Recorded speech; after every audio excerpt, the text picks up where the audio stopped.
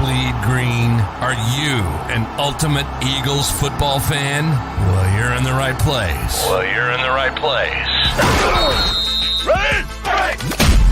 This is Birds 365, hosted by the new Mac and Mac, Jody McDonald and John McMullen. Here we go! Who collectively have covered and talked about more than 50 plus years of Eagles football. Kick off your day with Birds 365. You'll get debate. We love to argue. You'll get the real story from inside the locker room. And you'll hear from some of the great football minds from around the region. You're about to become an Eagles insider. Get in the game. Join Jody Mack and Johnny Mack and join the football community that flocks to Birds 365. Birds 365 starts right now. Welcome to the NFL. Let's go! Let's go! Go!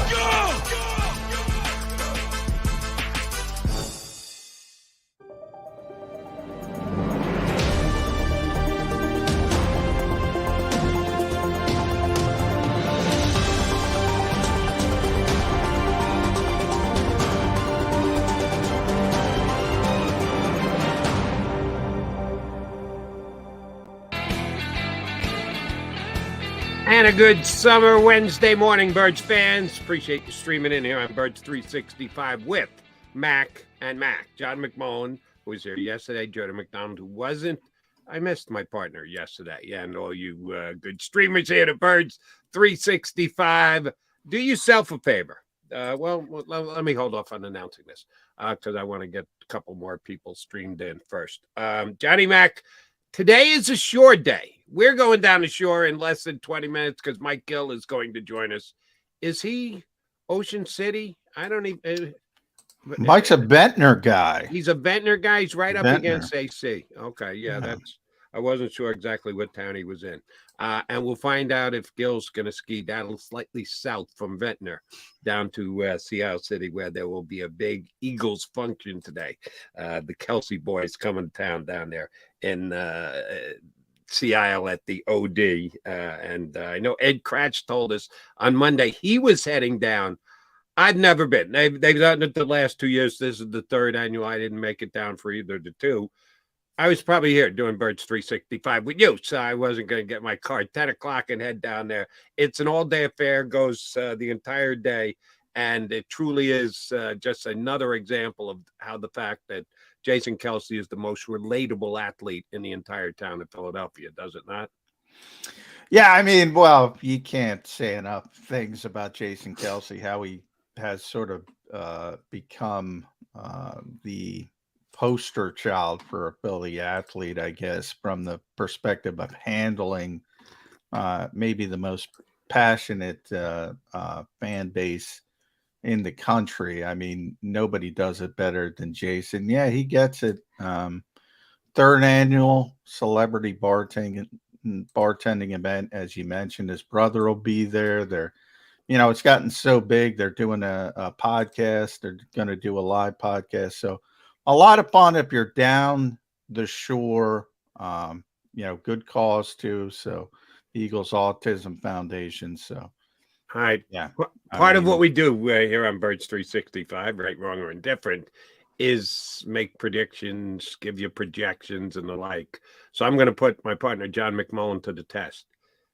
What other Philadelphia Eagles will show up today at Jason Kelsey's affair? We know his brother's going to be there. That's been preordained. And like you said, they're going to do the podcast from there. One of the more successful upcoming podcasts in the entire country, as a matter of fact, New Heights. But there have been no announcements of any other Philadelphia Eagles that are officially showing. It's kind of a mystery wrapped in a riddle, wrapped in a who the hell knows. So I'm going to ask you to go on the record. How many other Philadelphia Eagles make an appearance at some point today, and who do you think it'll be?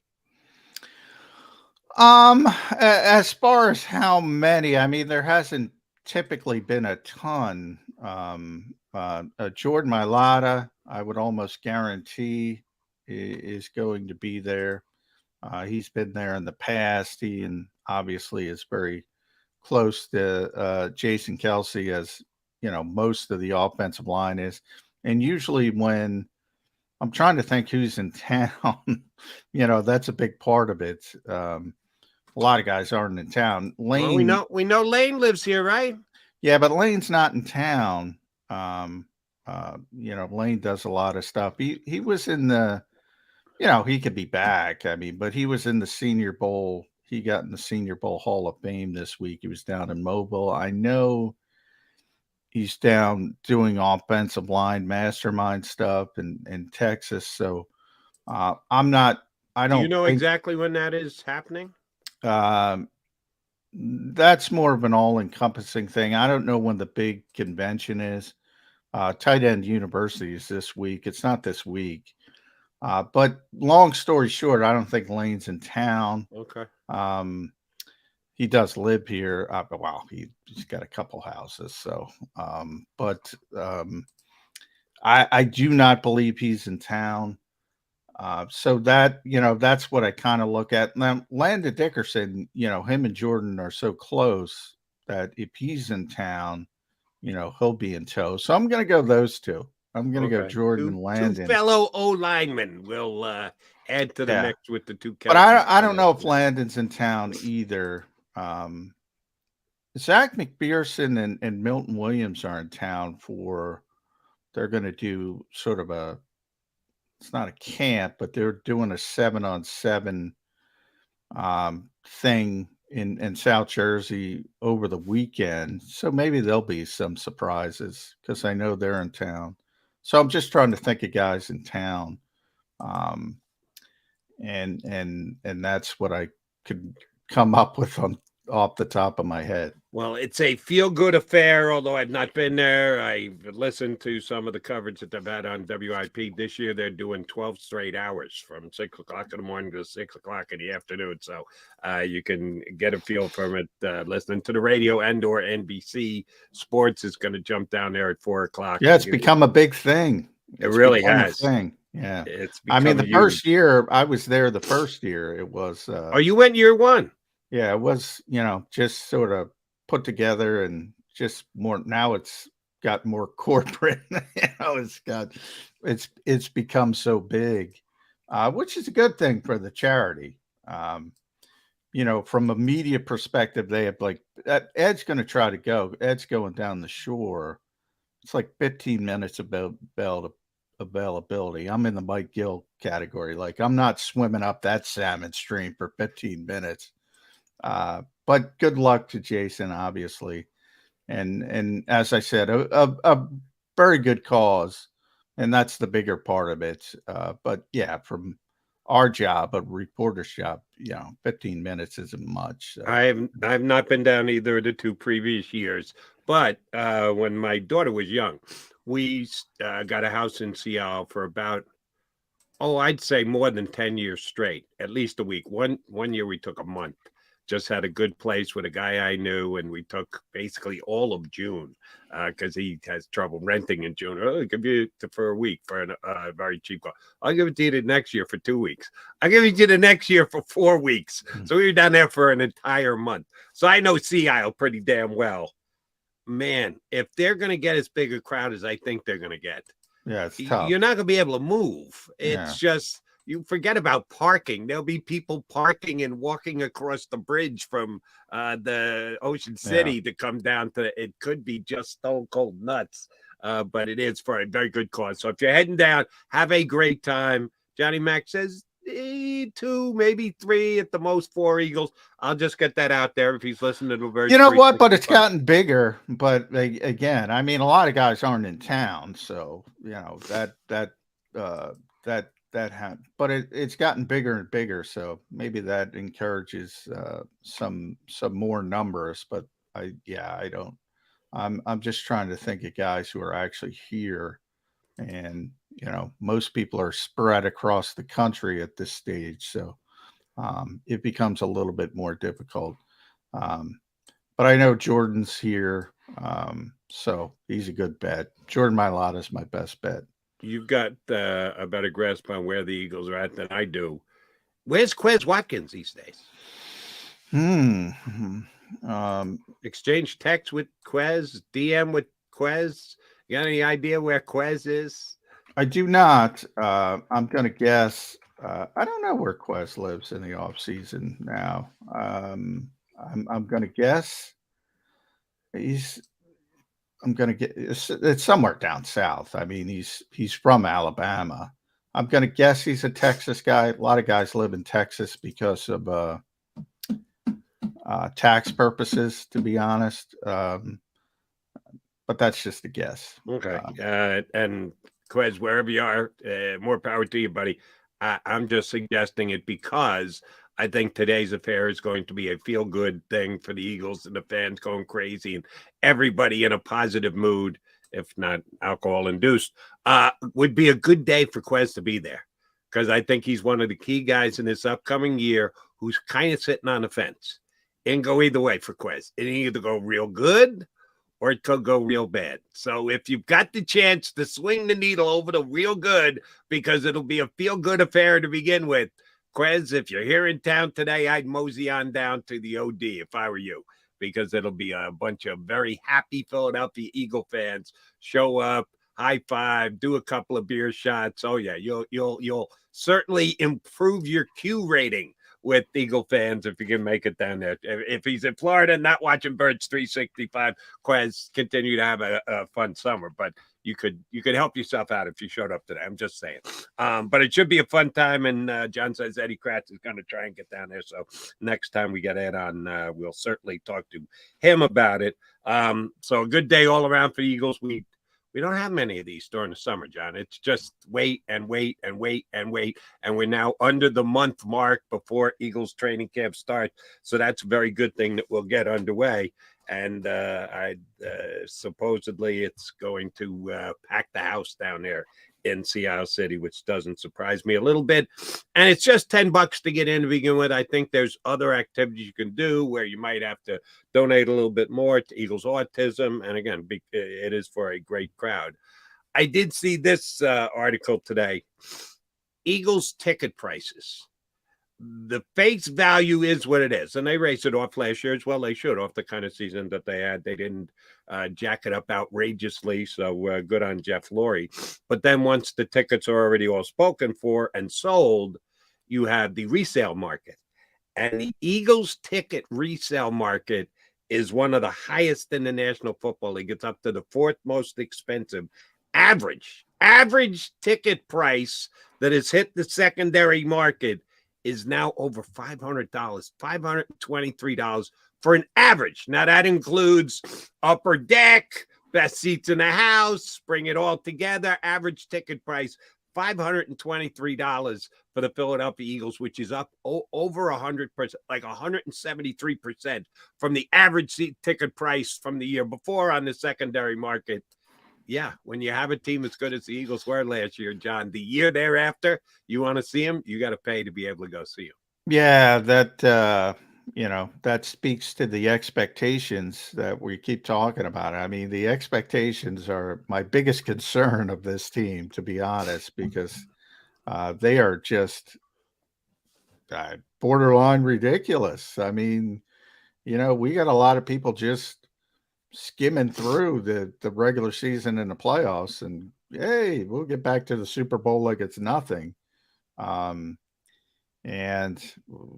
that's tough. Now, I don't think the Eagles are going to take it that way. The Eagles are, get better today. Nick Sirianni drums it into their head from day one. Get 1% better. All the cliches, just do what's in front of you today. He does a very good job with that. But I do think it kind of seeps in at times. And just, when you talk about, there's going to be some criticism of this team. I guarantee you, Jody, we're going to be doing this show somewhere in the season. There's going to be an upset, and everybody's going to be more upset than the Eagles, who just got upset.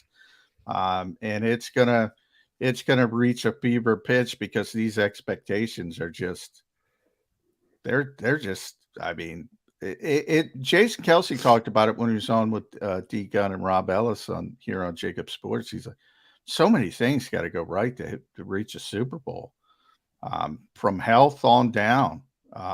so many stars got to align. And this is a guy who's done it twice now in 6 years. It ain't easy. Even though it looks good on paper, it's not easy. And there's a lot of moving parts this time as well. So expectations they might be a better team. And in fact, they're gonna have a worse record than they had last year, and they might be a better team, and they might go back to the Super Bowl, and they might even win the Super Bowl because they're a legitimate Super Bowl contender. But there's going to be hiccups along the way. There's going to be hiccups along the way, and adversity along the way. Well, the one thing that doesn't scare me at all is you brought it up, the health question. Oh, the Eagles have the magic formula. Just no, they don't. They may think they do. And by the way, they don't think they do, because Howie has said it twice on the record, at least, that he recognizes how healthy they were last year, and that's probably not going to happen again. But did he use that all important 4-letter word? No, they won't use that. He word. refuses to use the word luck, that there's a little luck involved when you're as injury-free as the Eagles were last year. So he may admit it, but he's not really admitting it if he's not saying there were a little luck involved. All right, before we get Mike Gill up here, I asked you, and I'm sure Rob Ellis did a phenomenal job filling in for me yesterday, so I thank Robbie for that. It was Mark Farzetta, real quick. Oh, it was Farzy? I thought it was Rob. Rob is going to be in tomorrow. Oh, okay. My apologies. I'm sorry. Yeah, I was kind of busy at the time you guys were doing the show, so I didn't know who did it. My bad. Farzy yesterday, Ellis tomorrow. I got to go back in. Yeah, I get to do Farzy, Jody Mack, and Rob Ellis in 1 week, man. That's heavy lifting for you. Yeah. No, that's a murder's row, man. That's easy. Okay. I asked you at the top of before the show started, did you, because you and I have been going through the top 25 list that you and Ed Kratz put together on Sports Illustrated. We're moving up a couple, one at a time, unless, of course, there's a weekend, which we get 3 on Monday, which we did knock down 3. I asked you if you got it in yesterday. You said you did not. So John and Ed put a combined list together. They both voted top 25 Eagles working from the bottom up. The SI list of Kratz and McMullen was Gainwell 25, Morrow 24, Blankenship 23, Edmonds 22, Elliott 21, Nakobe Dean 20, Jordan Davis 18, 19. At number 18, who did you have at 18 there, John McMullen, you and Ed Kratz? Jalen Carter. And we both had him at 18. So it was exactly the same exact thing, which is far from number 17, which we'll get to in a second. That's the player we had the most disagreement on, but he ended up at 17 overall. But yeah, Jalen Carter. And I got to be honest, we were talking about Jalen Carter yesterday, and I brought up, how high I am on Jalen Carter. Not that high if you got him at 18. Well, that's the point. I can't go higher for a complete projection. That's about as high as I'm going to go for any projection. That's not an insult on Jalen Carter. I think Jalen Carter is going to be way higher on this list next year, but he's never played it down in the NFL. I can't. And we looked at, Georgia rookies last year, 5 first-round picks, and I mentioned startup costs for all of them, every single one of them, some more than others. Trayvon Walker, number 1 pick in the draft, looks like he's going to be a very good player, but, not superstar from day one. And Jalen Carter's got more talent than Trayvon Walker. But it's interesting when I'm talking about expectations, and the good folks on the social media team here at JAKIB Sports, and I know I got to be quick because we got to get to the break. People are saying, "Oh, we know what a beast he is, Jalen Carter." No, you don't.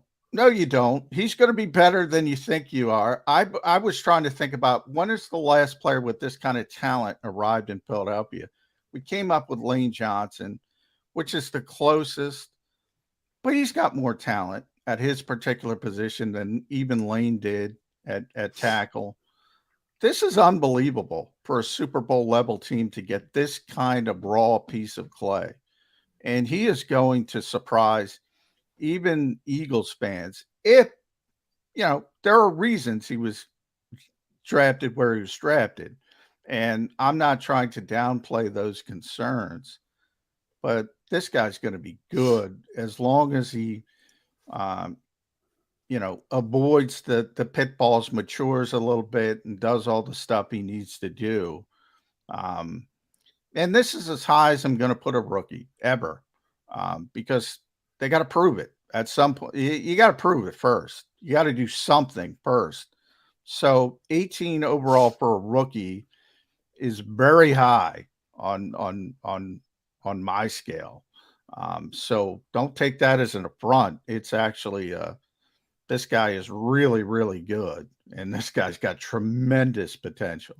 As we have alluded to about the reasons he dropped to number 9. When I'm putting a list like this together, I'm just going to believe that doesn't rear its ugly head. Either believe it's going to happen or you don't believe it's going to happen. And I am, for whether right or wrong, going to believe that it doesn't happen during the season. So, yeah, I'm going to put him even higher. I'm willing to go with a projection at a higher spot on the Eagles. As much as you talked up Jalen Carter, you got a limit. You're only going to go so high. My limit's higher. So I'm going to get to Jalen Carter a little bit later. All right, so you got him at 18, and that's as high as you were going to go. Who do you have at 17? And this is the biggest disconnect on this entire list between Ed and I is this player, number 17, DeAndre Swift. And he is number 17, to be honest, because of Ed, who had him at number 13 overall. Oof, that's high. I think I had him at 22, and he ended up at 17 on this list. Look, I think DeAndre Swift has a chance to be a very good player, but look, we've seen him for 3 years. He topped out at 617 yards in Detroit. Very good receiver, does some good things, shows explosiveness. Ed put him way too high in my estimation. As I said, I put him at 22, but that's why we do it and put our heads together. Like I said, we both had Jalen Carter at 18. Right at 18. Both of us, yeah. Most of these lists were from, I think it was from 8 to 8, 9, 10, 11, 12, which we'll get to, obviously, in the coming days. Exact same, which is amazing. 8, 9, 10, 11. So, when you're around this team every day, and both of us are, you get a big feel. Ed's got much more confidence in DeAndre Swift than I do. Hopefully Ed's right, but that's why he ended up a little bit higher than where I thought he should be. My projection comes right in the middle with you guys. When you balance out your two scales, Ed a little more positive, you a little less positive. I've got DeAndre Swift as my number 18, where you've got Carter, and my number 17 is Brandon Graham, which is farther down the list than Jalen Carter. We'll get to where I have Jalen Carter. I've got him higher than you guys do as a combination. And I don't think 17 is a bad number for BG, because I think they're just going to give him less reps. He's a year older now. They'll expect those reps to be very productive as they were last year. Not an every down edge rusher, but damn, he didn't get to the quarterback. And we know what he means as far as a leader goes to this team. But I think his numbers will be down because I think his snaps will be down. So I've got Brandon Graham at number 17. So we'll continue to run down the list. Ed and John's combined my list of the best 25 Eagles heading into the 2023 season. It'll help us get to the actual opening of camp. Yes, which is still a bit away. Why can't it be tomorrow? Well, I got good news for you guys. We got Mike Gill coming up. I got a pair of good mics coming your way. Mike Gill from Down the Shore next. Mike Sealski a little bit later. So you need to stay right here on Birds 365. Do you stream on a Roku, Fire Stick, Google TV, or Apple TV? Now you can watch 6ABC 24/7 with the 6ABC Philadelphia streaming app. For the big story on Action News, search 6ABC Philadelphia and start streaming today. Go to get your game on. Go for the beers. Go for the cheers. Go for the hit and the hits. Go for the stakes and the stakes. Go to get your parlay on. Go to get your party on. Go for the scene. Go for the screens. Go for the gallery. Go for the win. Go to Ocean. Visit theoceanac.com to plan your visit. The greatest fans on earth. It's a bold statement, but would you expect anything less from Philadelphia? 58 years of heartache creates a toughness, a grit, a resolve not found in most. Sure, our prayers were answered, but now that we've had a taste, we're looking for more. Pondley Hockey, official partner of the Philadelphia Eagles.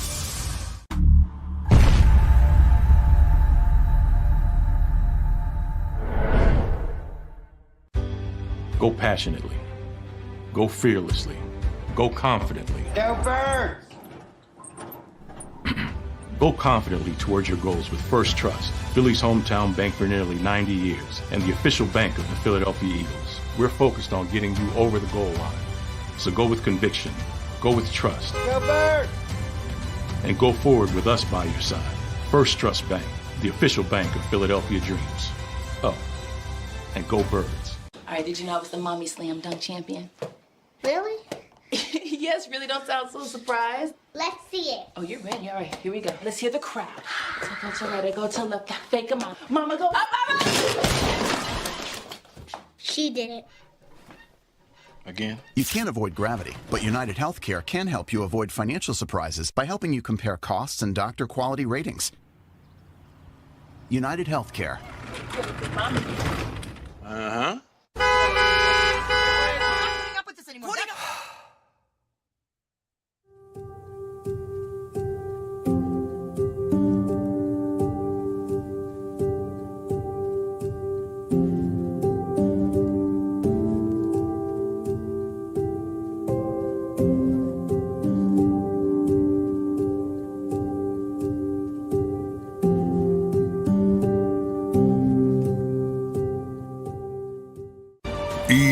EAGLES, Eagles.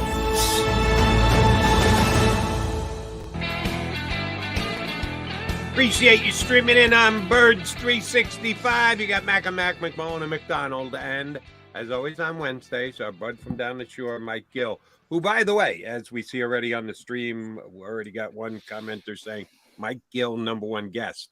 Not the first time. For some reason, despite his complete shameless plugs of T-shirts, people think Mike Gill knows what he's talking about. So we always love it when Mike comes on. If you're a Mike Gill fan, hit the like button right now. That's how you say maybe you can help us out. Hit the like button right here, right now on Birds 365, and we'll shamelessly suck in some pub for having Mike Gill on the show. All right, get it out of the way. What T-shirt you got on there, bud? I see an M. Ole Miss baseball. I was at Ole Miss years ago, and the T-shirt still fits. Ooh. Nice. You Ole bought it Miss large at the time. baseball. Get it a little large Ole ahead Miss. of time. That's probably pretty smart. I had a kid that I coached. Commit to Ole Miss, and then he decommitted. So Really? I was at the campus, and Oxford. When was I there? It had to be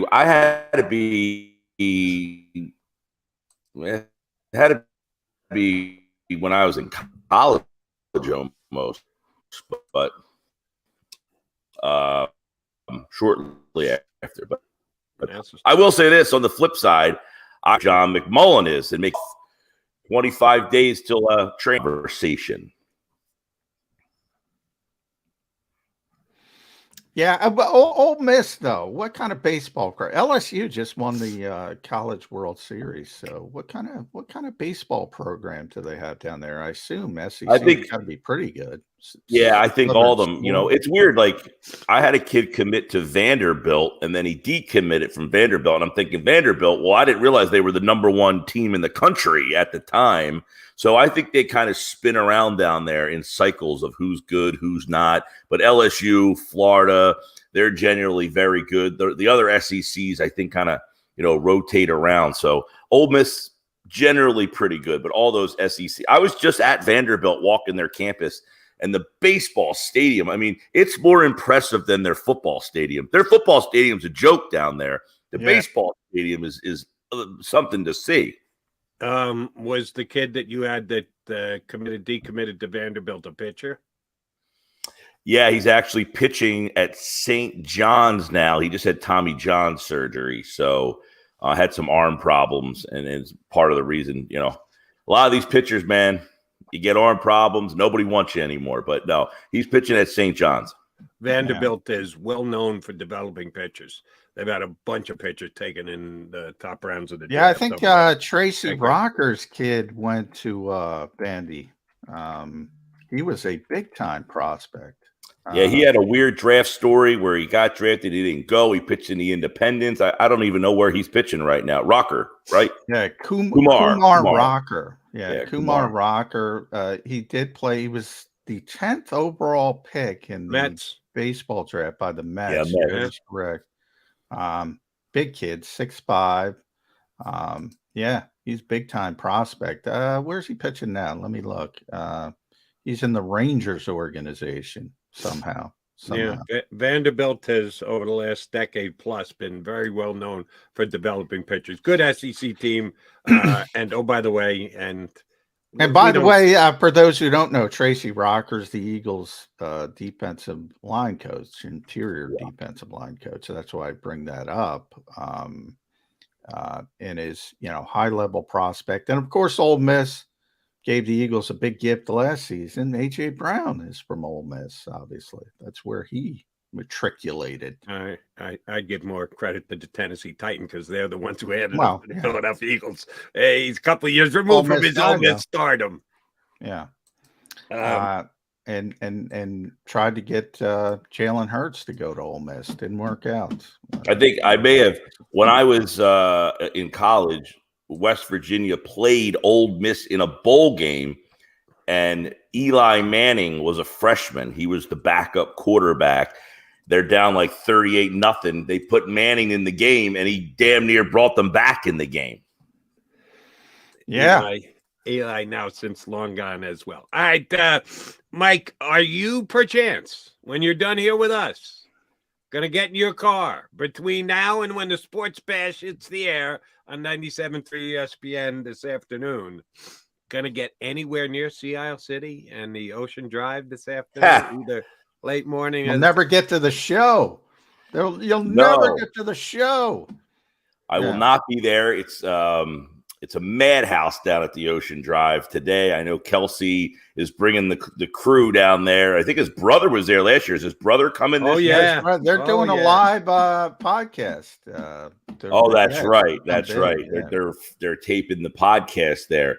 This thing has gotten – I remember the first year it was down here, and it was just like Kelsey with a tray. And there's like maybe 50 people at the bar. Yeah. This thing – I don't go to Sea Isle, especially in the summertime. I mean, the line of demarcation down here, Jody, if you're in Atlantic County here, you don't cross over to Cape May County all that often, and they don't come up here. We're like two separate worlds.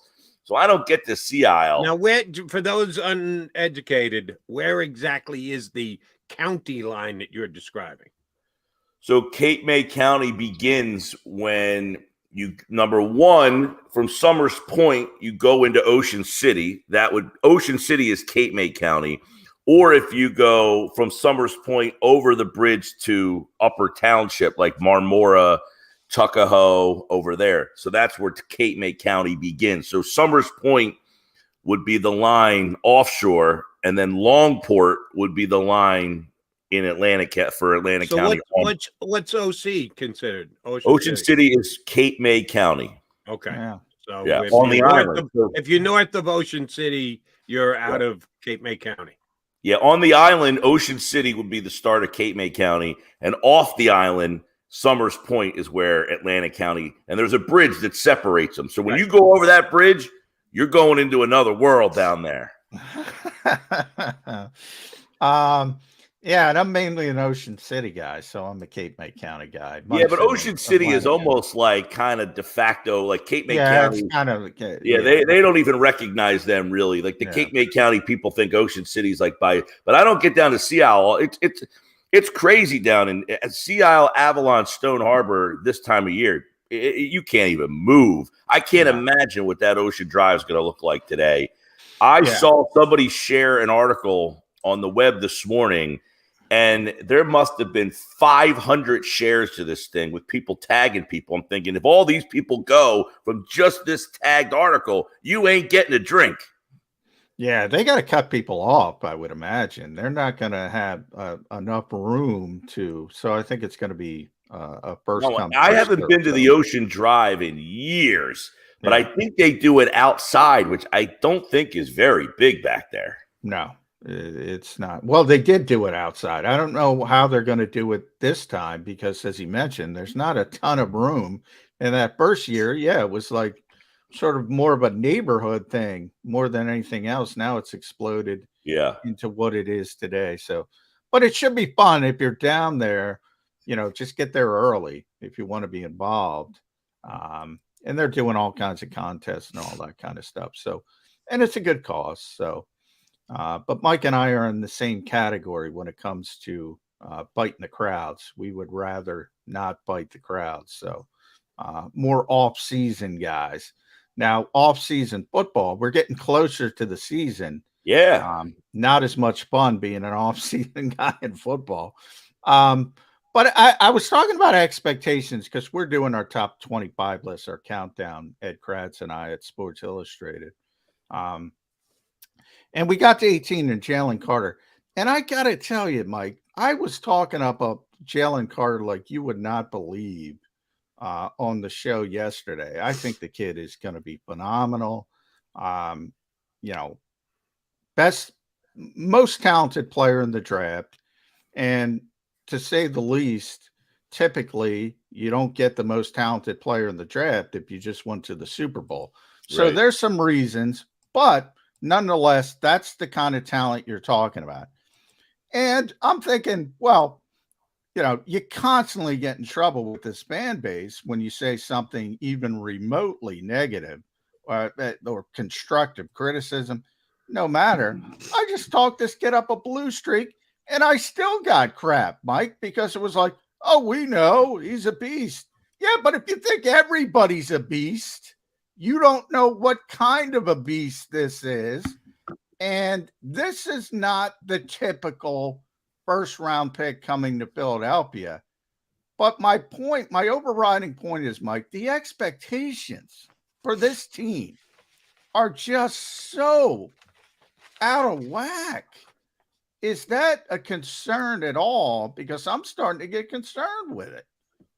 Well, just look what's happening with the Phillies right now. They went to the World Series last year, and I think everybody thought that, okay, it's a rite of passage that you're just going to have this fun regular season, 100 wins, you get back to the playoffs, and now you win the World Series. Well, not the case. Injuries come into play, and I said at the beginning of the Philly season that this was going to be a grind. It was not going to be fun, and you got to grind yourself back to the playoffs.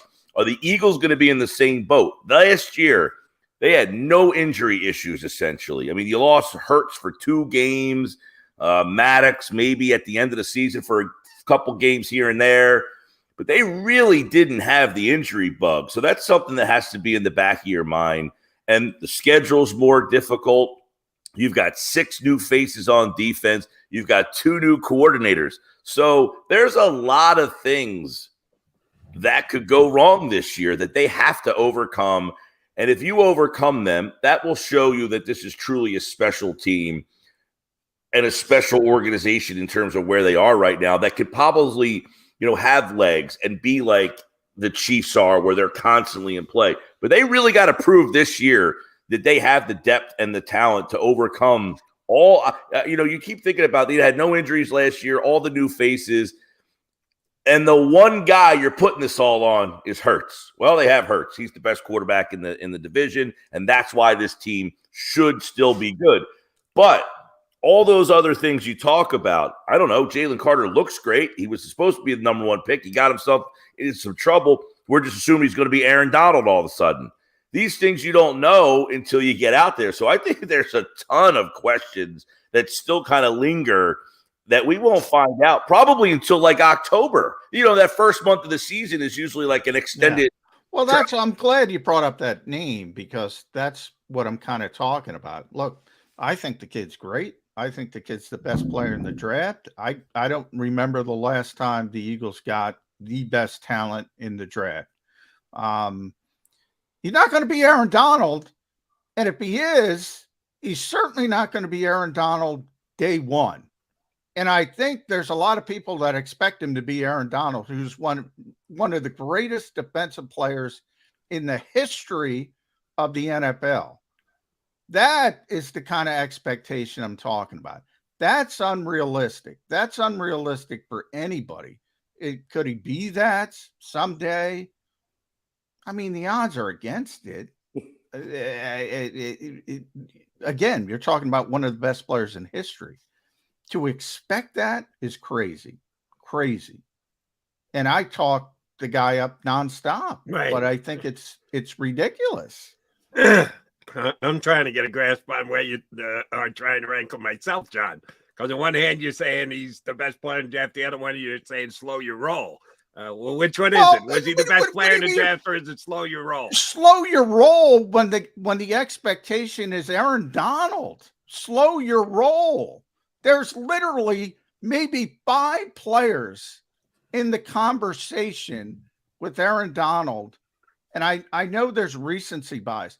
You're talking about Lawrence Taylor, Reggie White, J.J. Watts. Aaron Donald is in that conversation. So if that's your expectation, slow your roll. Is it me, or did I feel like every player that I watched growing up, Dexter Manley, Bruce Smith, Andre Tippett, I feel like they're all better than the guys I watch now. Like, you couldn't block it, or were the offensive linemen just so lousy at that time? Like, those guys felt like Chris Dolman. They just felt like they wrecked every single game they played. And I think everybody has, from their youth, you get attached to that era a little bit, but there are certain guys, and Aaron's one of those guys. Yeah. I mean, that guy's unblockable. And the athletes are better today. Jody and I have this discussion all the time. The game's not as aesthetic because of all the rule changes, but you can't hold that. Just like it bothers me when people say, probably the best example of this, guys, is the NBA, because it's easier, because it's, more of an individual sport. And people say, well, Bob Cousy couldn't play today, or Wilt wouldn't be anything today. And I'm like, the time machine can't work one way. It's got to work both ways, right? It's got to work both ways. In other words, if Wilt Chamberlain was born 40 years down the road with the same genetic advantages he had when he's still Wilt Chamberlain. Whereas if Michael Jordan or anybody else had to go back to Wilt's era, and you don't have all the advantages, the diet, the traveling, you got to play 48 minutes every night. There's no load management crap. They're going to have those issues to deal with. So it kind of works both ways. And if you're great in your era, you're great. That to me is how I look upon it. But I don't know. A lot of people can't wrap their head around that part of it. And to Michael's credit, he never did load management. He played 82 a year. He did more load management than Wilt. You know how I know that? Because everybody did more load management. Because Wilt played every minute, every sticking minute. He played more minutes in one season than there were possible in a regular season because of overtime. He played more minutes than possible when you look at 48 minutes per game. Nobody did that. Right. Nobody. He stands alone there. But Jordan did play every single game, every single year, basically his entire career in the NBA. Load management came after Jordan was over and done with being the best player in the NBA. All right, Mike Gill, I don't know if you've caught it yet, but Jimmy Kempski has started his dumpster fire series in phillyvoice.com, which is one of my favorite reads all year. And I will admit to it right here, right now. The first time he wrote one of those, I didn't pick up on what he was doing. And I don't know if it was about the Giants, they might have been the Redskins at the time, or the Cowboys. I'm going, man, that's harsh. Does he really think they're this bad? Oh my God, he's just ripping them up and down. And I'm going, there's no balance to this. And that's the whole reason for writing the article. He's not attempting to give you fair and balanced. He's burying the other team. And went right over my head the first time I read one. Then I figured it out. But just let me get your opinion on it. That's one of the reasons why I think we have these high expectations for the Eagles. I don't think it was that hard for Jimmy to write the dumpster fire article on these guys, including the Dallas Cowboys, who some people think are second only to the Eagles talent roster-wise going into the season. Do you have legitimate fear that the Dallas Cowboys are going to beat the Philadelphia Eagles for the division this year? Legitimate fear? Fear. Yeah. If you ask me, do I think Dallas can win the division? Yeah, they're very good. I do. I think they've improved. They've gotten, last year you had a team that had basically a sieve playing one corner. They went out and got Gilmore. Is he the same Stephen Gilmore from the Patriots days? Probably not, but he's better than whoever played over there last year. I think they're better there. I think getting Elliott out of the offense gives the offense more dynamic ability. I think he was holding them back a little bit, that they almost felt they had to use him, and he served his purpose, but I think they're going to be a more dynamic offense. A lot of this lies on Prescott. Is he going to turn the ball over? If he doesn't turn the ball over, they're damn good. And now listen, I think both teams are pretty close. Philadelphia, we think, has the better quarterback, right? At this time last year, I remember vividly, I had a guy that just would text in nonstop. He hated Hurts, and I said the difference to me was I think Philadelphia and Dallas were very close. They had Parsons and they had Prescott, and I thought that made them the better team last year. Well, this year now you have Hurts. Does that make you the better team? Because I think everywhere else, they're very similar. I think the Dallas Cowboys, yes, to answer your question, Jody, legitimately can win the division. They almost won the division last year. They missed Prescott for how many games? 4 or 5 games. They beat you once. They almost, if you lose by 2 games, have you almost won the division? Football, probably. In a 17-game season, you lose by 2 games. Did you almost win anything? They won 12 games last year, 10? Right. 12, and the Eagles won 14. Well, right. You win 12 games most years, you've won your division. So they are very capable of winning this division. Yes. Yeah, I mean, well, that's what we talk about. The Eagles, sort of, they might be a better team, as I mentioned earlier in the show before you came on, Mike, and win less games because. But can you say the same thing about the Cowboys? Can the Cowboys this year win 10 and be a better team than the one that won 12 last year? Because much like the Eagles, their schedule is significantly harder too. Because they go on the AFC East. Very fair to say that as well. All four, I think the Giants have improved.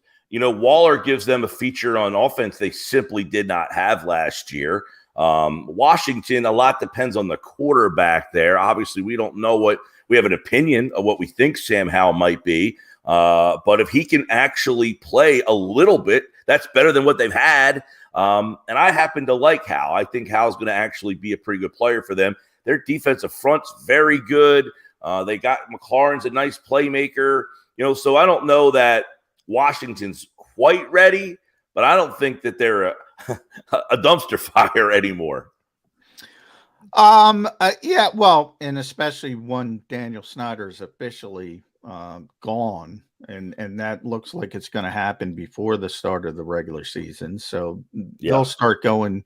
What I don't like about Washington, and I always say this, if you have a lame duck at head coach or quarterback, you're not going to be good. You're not going to be good. You're not, because everybody recognizes it. I say the same thing in Minnesota with Kirk Cousins. He's a lame duck. They're not going to be good, because as soon as adversity strikes, people understand. You've already indicated, you've already highlighted you don't believe in your current setup. If you have a lame duck at coach or quarterback, and it resonates throughout the locker room and it starts to show up. That's my concern about Washington. Now, maybe Josh Harris puts people in place and they say, you know what, we like Ron Rivera. But typically, when you have big changeover, what do guys want to do? They want to bring in their own people. And that's certainly going to be at that position. But overall, Mike, I think it's a very good division. Yeah, I mean, Eagles fans don't like Cowboys. And they're a good team. They're a good team. Giants, they didn't replace better. They're not replacing 6 guys on defense, I can tell you that much. Yeah, and as you mentioned, their 2 biggest weaknesses, that second cornerback spot, they bring in Gilmore, who's not the player he once was, but is still a good player. And that second receiver, and they bring in Brandon Cooks, not a superstar, but he's a good player, even though he keeps getting traded for some bizarre reason. He's a productive, good player. They're a good football team. The Giants, I don't think, are ready personally from a talent perspective, but they're still getting better. They're starting to make good decisions. They're heading in the right direction. This is a difficult division. It is no longer the Eagles and everybody else, or even the Eagles and Cowboys and everybody else. And remember, the one team that beat the Eagles with Jalen Hurts last year before the Super Bowl was Washington. So they have some talent. And you mentioned the defensive line. This is a good division. It's not going to be all peaches and cream. Yeah. I'll tell you one thing that I have some significant fear from a Cowboy standpoint this year. Fear is in for the Cowboys, not for the Eagles. I'm not 100% sold yet on the Eagle play calling going into the year. Both John and I think you're with us on this, Mike, gave Shane Steichen tons of props for his ability to call plays last year, better than anyone thought, including me. He was just phenomenal at it. And now you've got Brian Johnson stepping in. No, he's got this great relationship with Jalen Hurts, but calling plays for Florida on a collegiate level isn't calling plays on a Sunday afternoon in the NFL. He may be great at it. I hope he's Shane Steichen part 2, but we don't know that yet. And I fear there's a drop-off. Not as big a drop-off as going from Kellen Moore to Mike McCarthy in Dallas. I was going to say, there's a bigger drop-off in Dallas with their change of play caller than there will be here in Philadelphia. Right. I was going to mention, Dallas also is changing the play caller, which could impact their offense. I wonder if it's I'm very intrigued to see how McCarthy, if he evolves as a play caller at all. But the one thing I thought last year, as I mentioned, I thought Pollard needed to be more involved in the offense. Is he going to get Pollard more involved in the offense? You also have to keep in mind, I'm very intrigued. We talk about Washington. Everybody's been banging the drum for Bieniemy. Why doesn't he get a head coaching job? Well, now he's going to get to run an offense and show that I am the guy running this offense. These are all my play calls, not just in the third quarter or the fourth quarter or this game's second half. All of them, we're going to get to see how he impacts a game for Washington. That's something I don't know that they've had a lot of creativity in their offense the last couple of years. So keep that in mind too. Bieniemy is in this division and what he might add to what has been a challenged Washington offense over the last decade or two. Boy, I hate to do this, but I have to do it. At Mike Gill Show, by the way, follow Mike on Twitter. The Sports Bash every day, 2 to 6 down the shore. Phenomenal job there. Mike McCarthy, man, I don't get the hate. There's so much hate for Mike McCarthy. I mean, there are so many bad coaches. Let me in ask this you, John, league. how do you think the Jets offensive coordinator is going to do this year? Nathaniel Hackett. Well, I was getting to that. Now, people, and as Jody knows, I'm the first one to say, Mike Gill, Jody McDonald, John McMullen, we would have won a lot of games with Aaron Rodgers in his prime. Mike McCarthy won a lot of games with Aaron Rodgers in his prime. Made the playoffs every year. Disappointment. They only got one Super Bowl. How many times I hear that? Because you should have had more with Aaron Rodgers. It's not easy to win Super Bowls. So he won. His winning percentage in Green Bay is .618, which is, again, if you want to default to Rodgers, all right. His winning percentage in Dallas is .600. I mean, there are so many. And by the way, I'm not trying to say Mike is up there with Andy and Bill and the truly great coaches, but there's so many shitty coaches in this league. And people act like Mike McCarthy is this awful head coach. And it's not true.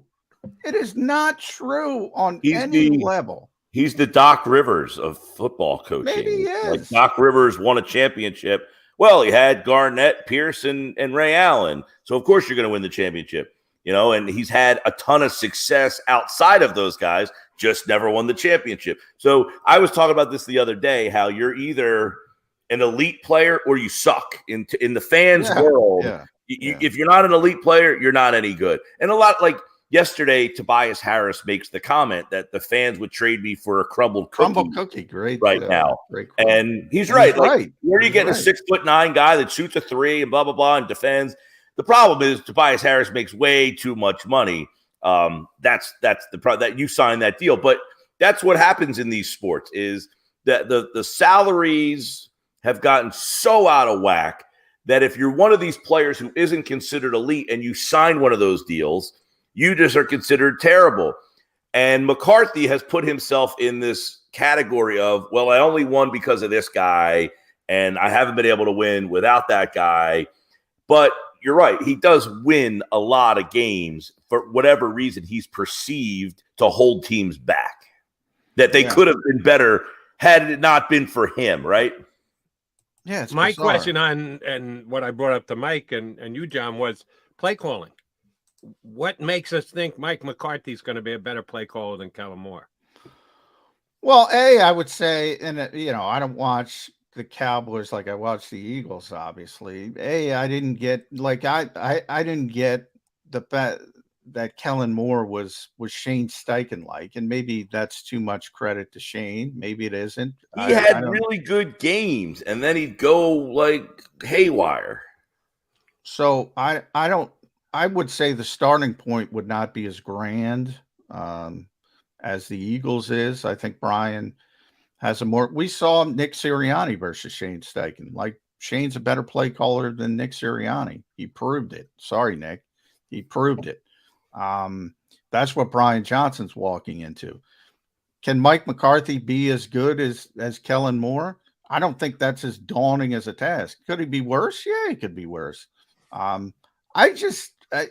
There's this weird, because of Rodgers probably, but he's won, 12 games, back-to-back seasons in Dallas. And remember, they're not that good, according to most Eagles fans, yet he's somehow winning 12 games. I don't know how many. I got to count them up. 1, 2, 3, 4, 5, 6, 7, 8, 9, 10, 11 playoff appearances, 11 playoff wins. That's, people used to criticize Andy before he won the Super Bowls in Kansas City. That same thing. Well, he got to the playoffs, but he didn't win. He got to the playoffs and he didn't win. Winning, and to Nick Sirianni's credit, he says this all the time: show me good coaches, I'll show you good players. You got to have the best players. No doubt about that. But there are far worse coaches than Mike McCarthy in this league. 20 worse coaches easily than Mike McCarthy. That's where I don't get the absurdity that, Mike McCarthy, that's why they can't win. He's already got one. All right, everybody just write this down and remember this for the end of the year. The Dallas Cowboys under Kellen Moore as their offensive coordinator the last 2 years in the National Football League. 2021, number 1 point scored in the National Football League. Last year in 2022 with Kellen Moore as the offensive coordinator, Dallas Cowboys, number 3 in the National Football League. So the average is second. We'll see if the Dallas Cowboys come in with the second most points scored under Mike McCarthy as their play caller. Well, That's I my think point. one of the things with McCarthy that makes a lot of times when you're a conservative kind of play caller, you're not perceived to be this innovative, smart guy, and he does a lot of safe things. Sometimes just being the safe play caller, it's not flashy, but it wins a lot of games if you know you have that guy like an Aaron Rodgers that can, you know, make a lot of plays. If in Dallas he remains a conservative play caller, that should cut down Prescott's turnovers, but they might not score as much. So their scoring offense might not be as good, but they might be a more effective offense. Yeah, which is where Mike got in trouble, because you have this whole influx of social media, right? You have to do everything has to be done a certain way. Like you have to go for it on 4th and 1 now on the plus side of the field, unless Twitter proclaims you an idiot. Now, if your quarterback is turning over the football, and you can't really prove this, you can't really prove it. You know, the punt is not the worst thing in the world from the 49. If your quarterback is leading the league in turnovers, turning over the football, you're not having success, but you're going to get labeled an idiot. So he said, well, sometimes what he was talking about is you got to manage games better. What Mike was talking about. You got to manage games better. You have to understand situations better. I don't have a problem with that. A lot of modern people in the NFL have a problem with that. And we have them on the show. And we talk about the analytics versus scouting all the time. And for the most part, I'd lean in the analytics category. But I do acknowledge that, hey, sometimes, like people say, you know, the Eagles are so good at it. So the assumption that everybody else is going to be so good at 4th and 1 is incorrect. Right off the bat, they don't have Jalen Hurts. Everybody talks about the tush push. I don't even think it's that big of a deal for Philadelphia, because Jalen's going to get it anyway, because he you know, he can deadlift 600 pounds and he's so powerful. He's going to get a yard. Other quarterbacks, they're not going to necessarily get a yard, but people can play. Oh, the Eagles do it. Ain't that easy? And to understand situations, to understand your particular team. I talk about the recklessness of Josh Allen all the time. Phenomenal player. He's too reckless. Dak Prescott turned the football over too much. I don't think it's incorrect for Mike McCarthy to say, hey, we gotta fix that. And if you gotta fix that by being a little bit more conservative, you gotta fix it, or you're in trouble. Then I got a question for both of you two guys. If they're going to fix it, that means running the ball more. Pollard's certainly going to get more carries than they did last year. Who's going to get the carries that are left over that Zeke Elliott aren't going to didn't get? Well, you can, as the Eagles will tell you, you can find running backs anywhere. I'd have to look at their depth. They got Ronald Jones. I think they signed Ronald Jones from Tampa. I mean, either you guys looking for a bust out year from Ronald Jones? No, but I think what John is saying, and I would agree with, is how many running backs have you just been like, where the hell did that guy come from? You know, who knew who Alexander Madison was? Well, guess what? He now supplanted Dalvin Cook to where they let Cook walk. No one ever heard of the guy. But we'll see if that works. Just because they anoint him as the starting back doesn't mean he's going to be as effective as Dalvin Cook was. Madison's been pretty darn good when Cook's been hurt over the last 3 seasons. That's why they felt comfortable enough, because when Cook, now he might not be as dynamic or better than Cook, but point is, there's guys who have been highly productive that no one ever heard of. Ronald Jones was actually a guy people should have heard of. He played at USC and was a pretty well thought of guy, but I think he had some injury issues down. And obviously they franchised Tony Pollard. Tony Pollard's good. They drafted Deuce Vaughn. He's a little undersized to me. All right, Deuce Vaughn is there. Yeah, they have a kid called Malik Davis. I have no idea. Rico Dowdle. The point is, same thing with the Eagles. I mean, like we're talking about DeAndre Swift. Well, he's never had more than 617 yards, and people are Oh, all right. We got DeAndre Swift. I mean, Rashad Penny, you've seen the talent in small sample sizes. Kenny Gainwell, whether you liked his playoff run, I liked it more than Jody, but whether you liked it or not, he's certainly not proven. Boston Scott's certainly not in the conversation other than when the New York Giants are on the schedule. And Trey Sermon, the only thing he's done is get mentioned by the head coach. All right, so let me ask each of you guys, and I'll let you guys decide. Who's the Eagles' number one back? DeAndre Swift. Swift. Would you say Swift too? Well, according to Vegas, I talked about this last week. Penny over under 600 yards. Swift was like 578. So they think it's going to be Penny, although it sounds like a rotation to me. All right. Well, pick one of the two, Mikey. I think if Penny's healthy, he would be the guy. John, you okay with going to Penny, or are you going to fight the fight for Swift? Well, Swift is going to be the lead back. Okay, so Swift is the guy. McMullen's staunch on it's going to be Swift. No. All right. The Eagles' other backs, not DeAndre Swift. The Cowboys' other backs, not Pollard. Who's got the better group of backs? Well, I think the Eagles have the better group of backs, no question. But I think what has stood out here is that who's got Pollard, the best back, though? Right, I think Pollard was the other guy for too long, and now he's the guy, and that should make them better. I mean, I would agree that the Eagles are deeper. But if you're asking me who's got the best back between the two teams, it's the Cowboys by a mile. Yeah, Pollard would be the best of the lot. Yeah. But I'll go this far. The Eagles will have one of their backs will have a better average per carry than Pollard this year. Well, I don't know how important that is. I mean, Penny averaged 6 yards a carry last year, for God's sakes. Yeah, and a lot of that is, one of the reasons I'm not concerned. By no means am I concerned with the Eagles' running game, and part of the reason I talked this back to the draft and Bijan Robinson. You don't need a great running back because Jalen Hurts is manipulating the spacing on the defense. So to me, yards per carry, yeah, the Eagles might have a better yards per carry than the Cowboys, but they have Dak Prescott versus Jalen Hurts. They don't have the same spacing ability, the same spacing manipulation.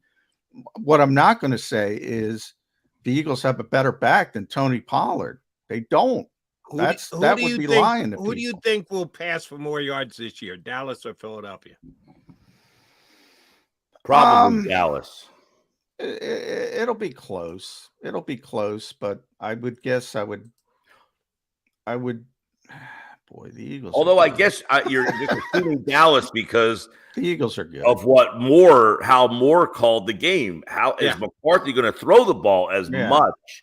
That factors in here. Yeah. I would say the Eagles. The Eagles are. I would say the Eagles. I would say the Eagles. Now, here's a key one. Who's going to rush for more yards this year, the Cowboys or the Eagles?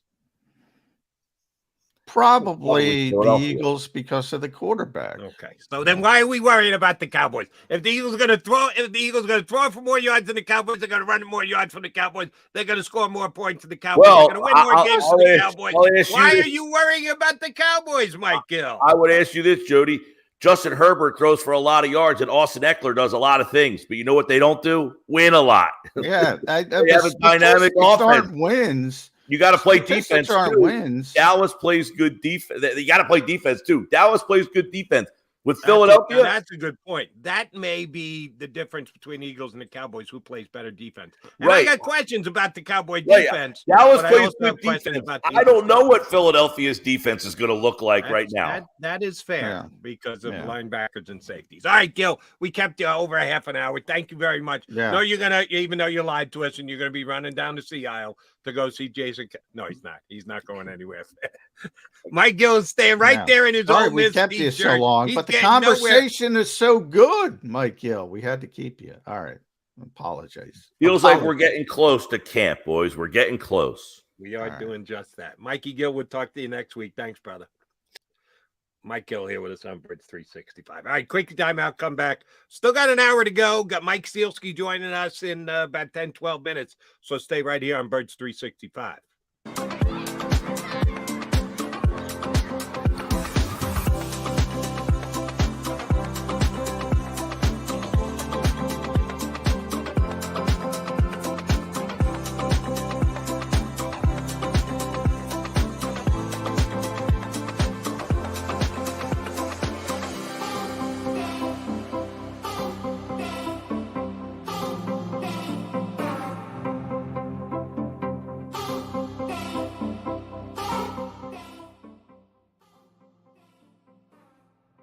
Heading down the shore. Have a ball once more. Here, imaginations run wild and time stands still. Because here, you can find the best of the Jersey Shore, all on one 5-mile island. So leave the old you behind and get lost in the woods. Wild, wild, wildwood days.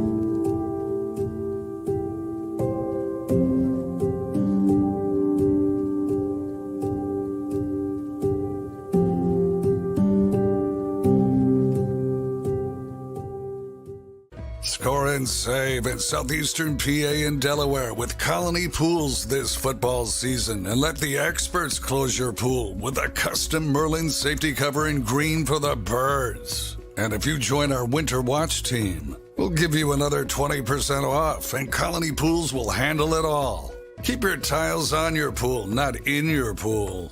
Fly with Colony right now, birds fans. Visit flywithcolony.com.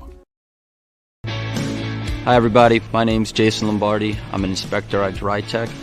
At DryTech we offer 3 major services, the first one being basement waterproofing, the second service we offer is foundation and structural repairs, and then the third service that we offer is mold remediation. If you feel you are having a waterproofing issue, give DryTech a call or check us out online.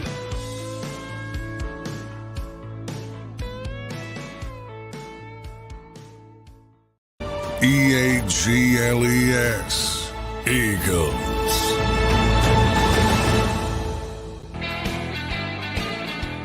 Mac guys, here with you on Birds 365. Thank Mike Gill for jumping in. He's down the shore, but he's staying put. He's getting nowhere near Seattle City. If you're in the car on the way down, have a great time. If you're going to Jason Kelsey's Beach Beer Bear Fest, being broadcast on WIP and on NBC Sports later on this afternoon.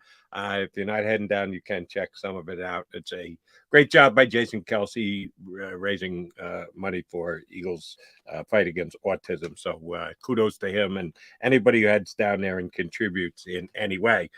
Thank Mike Gill for hopping on. Mike Sealski is going to join us now here in less than 10 minutes. When we had Mike Gill on, we were talking about the Cowboys and the fact that Jimmy Kempski's running his dumpster fire columns this week. He's already gotten the entire division done. Now, if Jimmy sticks to form on what he's done the last several years, he's going to actually write an Eagle dumpster fire. Oh, yeah, he is. And he's going to rip them. So stay tuned.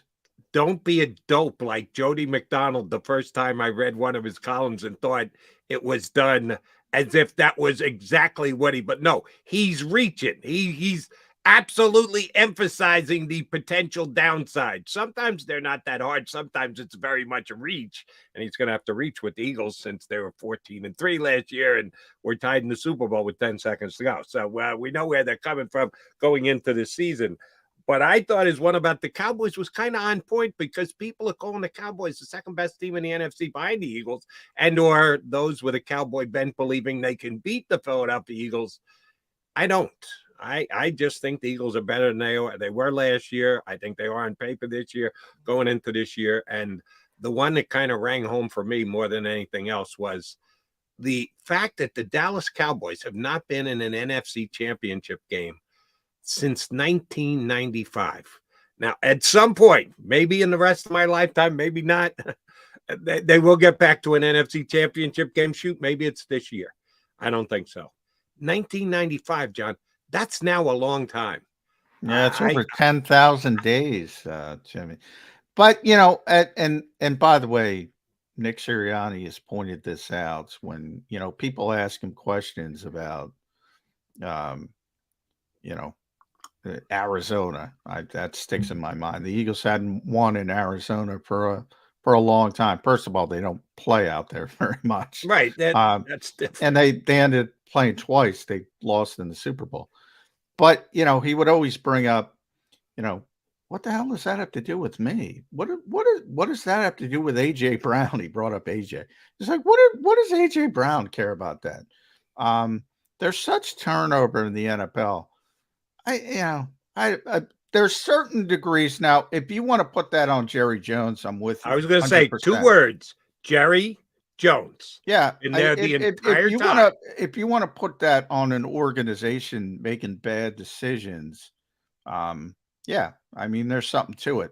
But as far as the players, man, they don't give a rat's what about that kind of stuff. Nor should they. And it doesn't have much to do with them. Now, if you want to talk about specific histories we just talked about McCarthy, you can talk about Dak. They haven't had great recent playoff history either. Then it's more relevant, a little bit more relevant, but every year is different. The Eagles looked awful and not ready for the playoffs in Tampa, and then they come back a year later. And, there were some talks. Are they ready? They were such a good team. There wasn't even that much of it, but they were completely different in 1 year. And everybody knew they were going to wax the New York Giants. And they did. And, excuse me. Now they got, I'm not going to use the word help because that was a clean hit from Hassan Reddick. And I think if Brock Purdy is healthy, the Eagles win that game easily, to be honest. Not as easily, but easily. And then you get to the Super Bowl. We know what happened in the Super Bowl. My point is that's how drastically things change in 1 year just with the local team. It can happen with any team. And yes, the Dallas Cowboys are any team. So what 1995 or 1996 has to do with guys, some of them who weren't even born. It's got nothing to do with it. But yeah, with Jerry, I'll stay Jerry's away made from some bad using the word mistakes. nothing. You said it. I'll repeat it. Jerry Jones. He was there in 1995. He's there now. He is the owner and the most important individual tied to the Dallas Cowboys with the most influence on Dallas Cowboys. And when the same person is the person in charge, I think you can't use the word, what does 1995 have to do with 2000? I don't think you can use the word. Well, yeah, you shut off. I said, now with Jerry Jones, yeah, you can point to Jerry Jones. I'm saying with the players, nothing. A lot of them weren't born. As I said, how could it have anything to do with them? The head coach of the Eagles says it himself. What the hell does that have to do with A.J. Brown? Nothing. That's all I'm trying to say.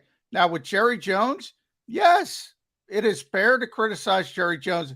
It's fair to criticize Jerry Jones for having a couple gin and tonics and getting mad that people gave Jimmy Johnson too much credit. And from that day, made a bad decision to move on from a good football coach who built a dynasty in essence. And Barry Switzer might have been the worst NFL coach to win a Super Bowl because it was Jimmy's team. Mm-hmm. Yes, with Jerry Jones. But I'm saying with Tony Pollard, we were talking about Tony Pollard. I don't know how old Tony Pollard is, but none of that has anything to do with Tony Pollard. That's all I'm trying to say. And I'm saying that Jerry Jones has more impact on the Dallas Cowboys than any one individual player. He is the number one person who has an effect on how good the Cowboys are year in and year out. Well, I agree, because decision making, if you make bad decisions and you put together bad rosters, but there have been bad executives that win championships because they get, maybe they get the number one overall pick and they get a generational quarterback. we talk about tanking all the time in Philadelphia for obvious reasons, and the Sixers, that was the whole goal. I don't think anybody looks at Sam Hinkie and says, boy, that guy's a great basketball mind. That guy's a tremendous personnel guy. His whole plan was, all right, I'm just going to get the next LeBron James or the next Michael Jordan, and he's going to be so good, we're going to win a bunch of championships. Hasn't worked out that way. I'm with you as far as the executive. I'm not going to blame that on players, and they have some good players. And can they overcome a bad executive on a given year? Maybe. Is it more difficult? Yeah, I'll say that, but it's got nothing to do with the players. That's all I'm saying. Right. And I'm not talking about the players. I'm talking about the organization as a whole, where the most important guy is the same guy who's over 37, 20, math never a strong, 27 years since last they made it to a championship game, let alone a Super Bowl. He is John McMullen. I'm Jody McDonald, Mac. We got another Mike jumping in the fray. Gil was our number one. Sealski is our number two of the Inquirer and WIP. Going to join us next here on Birds 365. Do you stream on a Roku, Fire Stick, Google TV, or Apple TV? Now you can watch 6ABC 24/7 with the 6ABC Philadelphia streaming app. And the big story on Action News? Search 6ABC Philadelphia and start streaming today. Go to get your game on. Go for the beers. Go for the cheers. Go for the hit and the hits. Go for the stakes and the stakes. Go to get your parlay on. Go to get your party on. Go for the scene. Go for the screens. Go for the gallery. Go for the win. Go to Ocean. Visit theoceanac.com to plan your visit. The greatest fans on earth. It's a bold statement, but would you expect anything less from Philadelphia? 58 years of heartache creates a toughness, a grit, a resolve not found in most. Sure, our prayers were answered, but now that we've had a taste, we're looking for more.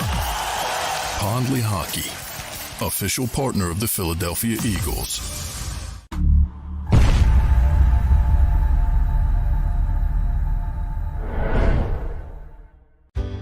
Go passionately. Go fearlessly. Go confidently. Go Birds! Go confidently towards your goals with First Trust, Philly's hometown bank for nearly 90 years, and the official bank of the Philadelphia Eagles. We're focused on getting you over the goal line. So go with conviction. Go with trust. Go Birds! And go forward with us by your side. First Trust Bank, the official bank of Philadelphia dreams. Oh, and go Birds. All right, did you know I was the mommy slam dunk champion? Really? Yes, really don't sound so surprised. Let's see it. Oh, you're ready. All right, here we go. Let's hear the crowd. So go to right, I go to left, I fake a mom. Mama go up, mama! She did it. Again? You can't avoid gravity, but United Healthcare can help you avoid financial surprises by helping you compare costs and doctor quality ratings. United Healthcare. Uh-huh.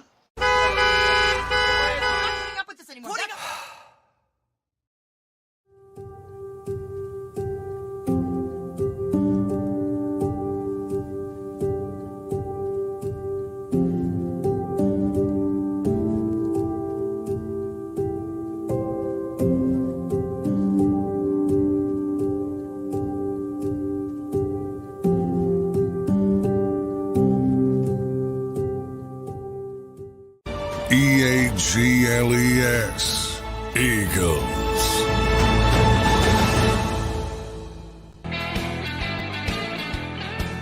Hi guys, here with you on Birds 365. We are lucky enough to get one of the top columnists in Philadelphia and radio hosts on the weekends with Glenn Mack now on WIP, Mike Sealski, who I got lucky enough to be able to do a show with last week.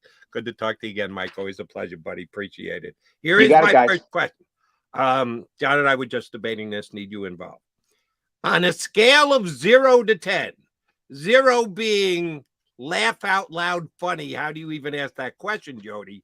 10 being, to quote our co-pal, Glenn Mack now, in the fetal position, crawled up with the covers pulled up over your head. What is your fear level that the Dallas Cowboys will go further into the playoffs this year than the Philadelphia Eagles, 0 to 10? No, sorry. Show me evidence of that happening all that often in the last 30 years, and then I'd worry about it. The Cowboys, for whatever reason, you can blame Jerry Jones, you can blame Mike McCarthy, you can blame whatever you want to blame. Generally are the most underwhelming franchise in the NFL. When they're really, really good during the regular season, they burp it up during the playoffs.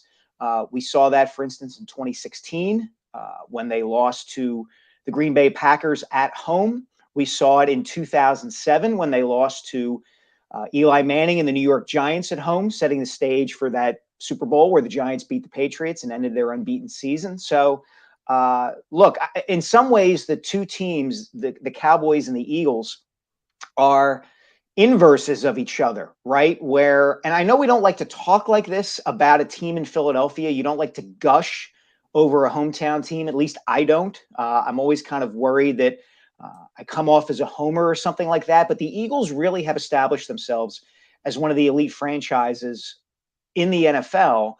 And they deliver in respects that the Cowboys never seem to deliver.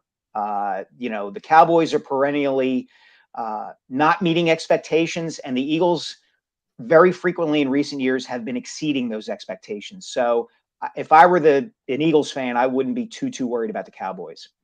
All right. Well, you got. I would hold say on. this. Mike. Hold on. Good answer, except you didn't answer. Give me a number. 0 to 10. 1.5. Laugh out loud. Being Wow. petrified. 1.5. All right. Now, I'm two things. I feel like I'm the Cowboys apologist on the show. That's gonna go well, but on my social media. But I'll say this, Mike. You got to worry about somebody, right? It's not going to be all. I don't think it's going to last. John, as my friend Allen Iverson would say, it ain't all peaches and cream. Yes, I use peaches and cream, and it's going to be difficult. If San Francisco, Dallas, the NFC doesn't look great on paper. Dallas has won 12 games 2 consecutive years. They got to have some talent. Now, you might remember this because I remember it well during the Arizona game, not the Super Bowl, when they went out to Arizona last year. The Eagles had not done very well in Arizona. They don't play out there that much. And that got brought up to Nick Sirianni. And Nick said, what the hell does that have to do with me? And he actually brought up A.J. Brown's name. What does that have to do with A.J. Brown? What does A.J. Brown care about that? There's such turnover in the NFL. What I was saying to Jody, now, when you want to gauge a front office, the Eagles have a better front office than the Cowboys. I think that's fair. That history, that Jerry Jones history, I think that's real. But when we talk about 10,000 days the Cowboys haven't been in a championship game, what does that have to do with what does that have to do with Mozzie Smith, their first-round pick? Sometimes you have talent in a given year in the NFL. And sometimes it's your year. And the Cowboys are starting at a good baseline as a 12-win team and adding Stephon Gilmore and Brandon Cooks to 2 of their weaknesses. So, devil's advocate, why not the Cowboys on a given year? Well, look, John, at some point you're going to be right. I mean, you just are. That's the law of averages, and the odds are that one of these days the Cowboys will get past the divisional round of the playoffs and get back to a championship game and get back to the Super Bowl. And look, it's very possible it will be this year. You're right. I mean, I'm kind of playing along with Jody's question to a certain extent, but I think you're underselling the effect that Jerry Jones and his front office decision making has on the franchise as a whole. I would agree with you if you look at the totality of the last 25 to 30 years, okay? And Jeffrey Lurie has owned the Eagles that entire time. Yeah. And there's a profile, generally speaking, for the kind of coach that Jeffrey Lurie wants to hire and the kind of decisions the Eagles make. But even within those confines, they've had much more diversity, I would argue, in their approaches than Jerry Jones does, because I think Jerry Jones, to a greater degree than just about any other owner, and certainly any other player personnel director in the NFL, takes other factors into consideration other than, is this going to win us games on the field? Jerry Jones wants the Cowboys to be interesting. He will sign players and acquire players and make moves to keep them interesting. Does he want to win? Of course he wants to win. But he also takes the interesting aspect to a greater degree than any other owner or player personnel guy does. And I think that's the secret anti-sauce, if you will, that keeps And I think that, by the way, I think that part's fair. The Eagles have a much better run organization, and that makes it easier. That increases the margin of error for the Eagles versus the Cowboys, is how I look at it.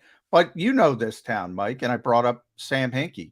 Guess what? If Sam Hinkie, who I don't believe is a great basketball mind, he wasn't making all these great personnel moves. His whole game was getting the next LeBron James. Well, guess what? If he got the next LeBron James, he would have won a title, but he didn't. And he would have been the same executive. Yeah, not a perfect parallel, only because LeBron James or a Steph Curry or a Giannis, or even to a lesser degree a Joel Embiid, can have such an outsized impact on a franchise and the league. You know, I wrote about this talent. I'm talking about talent as a whole. Yeah, the Cowboys have the best talent. You know, that can overcome a bad front office. And I don't necessarily think they have the best talent. I'm just saying there's a chance. Just because it didn't happen before doesn't mean it's going to not happen in perpetuity, is what I'm trying to say. Well, they're making a good run at it. Fair enough. Mikey, Fair enough. it sounds like both you and I are not very much in fear of the Cowboys this year. Who should we be in fear of? I am one of the bigger Brock Purdy fans in the Delaware Valley. The biggest, I would argue. Okay, the biggest. I don't think he's gotten near enough credit for what he did last year. And I think whether it's purposefully or subconsciously, people can't get past the fact that he was Mr. Irrelevant and the last pick in the draft. And they just want to look past the numbers that he put up in his 6 regular season starts and his start against Seattle in the playoffs. It's as good a 7-game run as anyone in the National Football League had last year, including guys named Hurts, Mahomes, Herbert, Allen. It doesn't matter. He's Mr. Irrelevant. So who the hell cares about Brock Purdy? I think he showed up and showed out last year. I think it's San Francisco, and then I think the drop-off is significant. Everybody else. I think the 49ers are a legit contender to the Eagles winning the NFC and going back to a Super Bowl. And then the drop-off is huge. Something it's Dallas number 2, San Francisco number 3. Something it's Dallas and San Francisco together, then a drop-off. Do you agree with me that San Francisco is far and away the biggest challenge to the Eagles going back to the ball? On paper, Jody, yes. But the thing about the NFL is that you never know. You absolutely never know. The Cincinnati Bengals weren't a contender until, boom, Joe Burrow and Jamar Chase kind of made them one, coming out of a season where nobody would have thought that they would have been considered contenders. And so the possibility is there, if not, I would say the likelihood is there, that a team we're not thinking of or talking about is going to shoot towards the top of the NFC standings. Who that team might be, I mean, I have some guesses. I'm really curious to see what Green Bay looks like with Jordan Love. Just because I'm curious, you know, we've been waiting on Jordan Love for so long, and I want to see what he looks like. This is totally out of the blue. I acknowledge this is totally out of the blue, but I admire the job that Arthur Smith has done in Atlanta the last couple of years. Wow. Ringing 7 wins a year out of that team with that roster. And so a couple of changes here and there, maybe, you know, Ritter is a little bit better than everybody thought he was going to be. I'm not saying they're going to challenge the Eagles. I'm just saying that we don't know. We really don't know. And who thought the Giants were going to come out of the chute winning 6 of their first 7 games last year? And, you know, by the end of the year, have the entire New York media saying, of course you give Daniel Jones a long-term contract. Why would you think otherwise?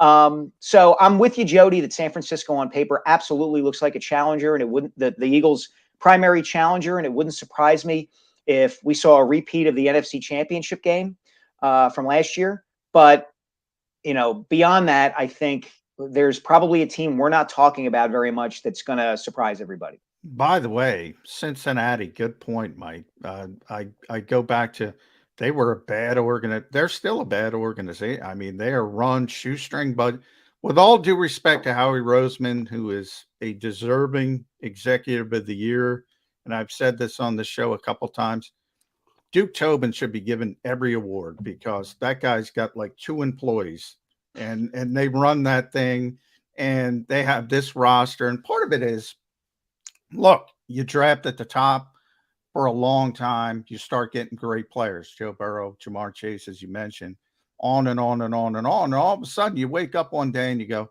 whoa, Cincinnati's pretty stinking good. Yeah.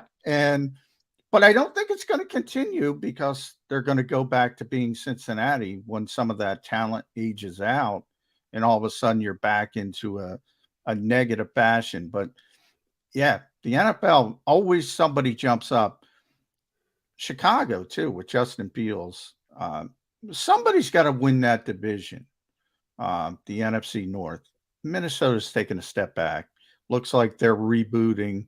They have a lame duck quarterback. Sorry, John, not to interrupt. We didn't even mention Detroit, who has become the fashionable pick. Yeah. To be the team that's on the come. So who knows? Detroit, Seattle too is another team. But I think you're right, Mike. Somebody's going to jump up there that we're not thinking about, and it's not going to be all peaches and cream. And that's, I've been talking about this today. The expectations for this team. I mean, I don't think the Eagles themselves are going to buy into it. But do you think there's a subconscious effect that seeps in the building a little bit? Because I got a lot of fans who think getting back to the Super Bowl is a cakewalk. It's just a given. And it ain't a given. Jason Kelce was just talking about this. So many things have to align to get to a Super Bowl. Expectations concern you. Yeah, they do. For 2 reasons. Number one, I think you're right. I think fans get conditioned after a season like the one the Eagles just had to think that it will be that easy, so to speak. Again, I mentioned this on the radio a couple of days with Rob Ellis on WIP, where we were talking about the beginning of the 2018 season, the season after the Eagles had won the Super Bowl, where they struggled to beat Atlanta in their opener at home, and then pretty much got their doors blown off by the Buccaneers in Tampa in week 2. And fans were in apoplexy. Like, oh my gosh, get Carson Wentz in there. Nick Foles has lost the magic, blah, blah, blah. And to your point, John, I think it did kind of seep into the locker room just a little bit. And it took Foles coming back at the end of that season for that team to kind of get a bit of its mojo back and get into the playoffs and make another run. So I do think that's in play, because look at what that team did last year, where they were just, roundhouse kicking teams throughout the middle of that schedule. Yeah. Tennessee's going to be a test. Well, no, they're not. Green Bay might be a test with Aaron Rodgers. Well, they put up 40-some points against the Packers. And it was only, the game against the Bears in Chicago when Hurts got injured and things were kind of dicey there that kind of brought everybody back down to earth. So I think that thinking is going to be prevalent among the fan base. I think the Eagles would do well to kind of try to mitigate that as much as they can, whether you're talking about speaking about it, leaders talking about it, Jalen Hurts, Jason Kelce, Brandon Graham, Fletcher Cox, guys like that, reminding the team and the public at large, it's not going to be this easy again, just because it rarely is. Yeah, but all right, let's do this. And I've done this exercise before, done on the radio for years. And I'll get both of you 2 guys on the record. Somebody hands you 10,000, 20,000, whatever the number needs to make it real for you, okay?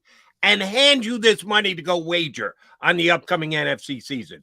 You can't keep it. You can't put it in your pocket. You have to bet it. But if you win, you get to keep it all. So it's a nice little significant bump to your yearly salary. Make it $10,000. You get to bet it this year. Where are you betting it? To win the NFC. Eagles plus 250, which means 2.5 to 1. 49ers plus 425, which means 4 to 1 plus. Dallas plus 600, 6 to 1. Lions 10 to 1. Seahawks 11 to 1. Saints 13 to 1. Vikings 14 to 1. Giants 25 to 1. Falcons, Mike, 25 to 1. Green Bay Packers 30. Bears 30. Commanders 40. Carolina 40. Tampa 45. Wouldn't put a penny on Tampa. Are you kidding me? You're going to bet that quarterback? Rams 45 to 1 and the Cardinals 100. You got $10,000 just gifted to you. You need to make it. You need to bet it and make it more, or lose out on $10,000.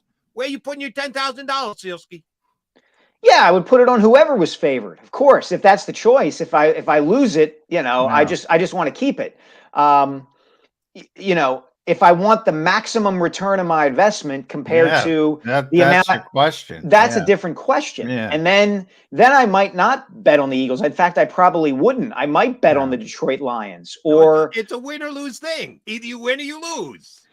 But I mean, it's bound money. If it's my own money, somebody's got my gun in my head, then I'm probably betting on the Eagles. Now, if I bind the money and for some reason, some genie gives it and says I can't keep it, in Jody's example, then I'm going, hey, you know what? I'm gonna bet on. I want a little bit of a score. I might bet on the Lions to make that. But if you bet the Lions and you lose, you lost $10,000. Yeah, but I'm saying that it's not my money. It's bound money. So I might go for the big score. It's partially your money. It's been given to you, and you have it. You just got to bet it. I have to bet it on the NFL season, so it's not really my money. So I want the big score, which I think is what Mike is saying. Yeah, now, and this also just occurred to me, Jody, in your example. I would be less likely in your example to vote to put my money on the San Francisco 49ers. And I'll tell you why. I feel like as good as the 49ers are, even with Brock Purdy as their quarterback, who may be a great story and may come back healthy this year and be very solid or whatever, they have so much more that has to go right for them as a team, because even if Purdy exceeds expectations, he's not Jalen Hurts, and he's not Aaron Rodgers, and he's not Joe Burrow. So, I might be less inclined to go with that. Is he Dak Prescott? No. I don't think he is. I don't think he is. No. Oh, well, and by the way, we had Colin Thompson on the show, but Jody wasn't here. Colin, you would have been all over Colin. He just ripped Brock Purdy to high heaven. But yeah, I mean, I've been on this camp bandwagon. That's why I bring up Colin. He said the same thing, but he's a big Sam Darnold guy because he used to play with him. Okay. So there's always one. Which, by the way, sorry to interrupt you, John. Sam Darnold, one of the key signings in the NFL offseason, because if Purdy gets hurt and Trey Lance isn't as good as everybody thinks, it'll be Sam Darnold coming into the NFC Championship game against the Eagles, not Josh Johnson. Oh, my God, game's over. Everyone can get up and leave now. Yeah. San Francisco has armed themselves with actual NFL quarterbacks in case of injury this year, unlike last year in the championship game. Yeah. Well, here's my point about the 49ers. And Jody's right. And Brock played extremely well. You got to give him credit. He did a tremendous job down the stretch of the season. I will not believe he tore his UCL. Now, there are positive reports coming out. If he's there week 1, I'll come on the show every day and say I was wrong. I do not believe he's going to be ready week 1, just from knowing the history of that injury with baseball and everything else. He's a quarterback. He's got to throw the ball, and he's got to throw the ball effectively. That's a very serious injury. So here's what I'm throwing at you, Mike. Go ahead. I'm with you, John. And just one addition to that. It's not the same injury, but it is a comp in terms of the damage that an arm injury can do to a quarterback's career. Yeah. And you might chuckle at the name I'm going to throw out there, Mark Sanchez. Yeah. You know, Mark Sanchez was never going to be a great quarterback. Don't misunderstand me. But Mark Sanchez was not as good as he might have been before damaging his shoulder with the Jets early in his career. Again, I'm not suggesting the shoulder injury kept Sanchez from being the second coming of Joe Montana. I'm just saying he was a lesser quarterback for that injury. But and here's what I run Quick to question. run by. Should the Eagle fans be worried about the shoulder injury that Jalen Hurts had last year? Well, maybe. maybe a little bit. Although he looked all right after he suffered it. He looked pretty good in the Super Bowl. So yeah. I think he's going to be fine, but we'll see. Now, from the San Francisco perspective, they're a very good team, as they proved last year with Brock. If he's not ready for week 1, and I brought this up with Jody, Sam Darnold, maybe Trey Lance, more likely Sam Darnold. And they start out 5-0, 5-1. You're going to bench Sam Darnold? No. Brock Purdy's just coming back? No chance. Yeah. No chance. Because the narrative, maybe even the reality, might be that Kyle Shanahan and his offense can unleash something in Sam Darnold that was not unleashed with the Jets or the Carolina Panthers. There's a reason Darnold was the 3rd pick in the draft, right? There just is. It can't totally be that everybody just missed that he can't play. Okay. I mean, it's possible that happens from time to time. Mitch Trubisky was the 2nd pick in the draft. I'm not, maybe Darnold is another Trubisky. It's certainly possible. But from the physical traits that Sam Darnold has are better than the physical traits that Brock Purdy has. And if the 49ers are 5-0, 6-0 with Sam Darnold, I got to think Kyle Shanahan is going to stick with Sam Darnold. That would be my guess. Here would be my prediction. If Brock Purdy in the regular season games that he played last year, I'm a bigger fan of passer rating than John is. I think it's the best of a bad lot of ways to rate quarterbacks, but it is the best. His quarterback rating was the best of any quarterback in football last year, 107.5, better than Mahomes or Hurts or anybody else. If Sam Darnold's got 107.5 and he's 5-1, they won't be pulling him. You guys will be right. Sam Darnold will stay right there. I'll go out on a limb here and say Sam Darnold, in his dreams, doesn't have 107.5 quarterback rating. His career one is, look it up for you real quickly. My guess is going to be somewhere in the 80s. Oh, sorry, I overestimated. 78.2. I don't think Sam Darnold will be throwing 100 quarterback rating, even if the 49ers are 5-1 with Sam Darnold as quarterback. I'll tell you, it'll be much more about their defense and their offense. Look, Jody, it's going to be much more about their defense and everything else, and the other parts of their offense than their quarterback anyway. Remember, they beat the Cowboys last year. Brock Purdy wasn't the reason they beat the Cowboys. They beat the Cowboys because their defense took the ball away from Dak Prescott, or Dak Prescott had a bad game, however you want to look at it. Purdy did not win them that game. And I don't think Purdy was beating the Eagles in the NFC Championship game either before Hassan Reddick, separated his arm from the rest of his body. Yeah, I'm with you there. It was not looking good early for the 49ers. It would have been closer, wouldn't have been the blowout. I think they would have been competitive, but I do think the Eagles win the game. At Mike Sealski, make sure you follow Mike on Twitter.